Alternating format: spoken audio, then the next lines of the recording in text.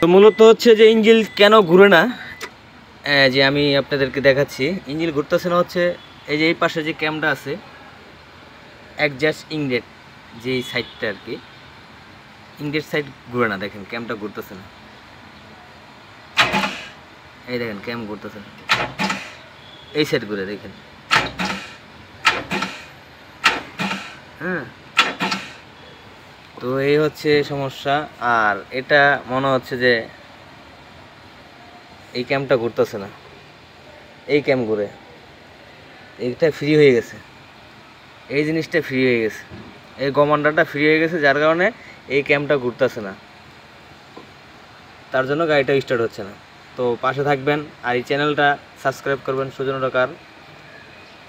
আপনার আমার ভিডিওটা ভালো লাগলে অবশ্যই না দেখে চলে যাবেন না, উপরের দিকে টান দিয়ে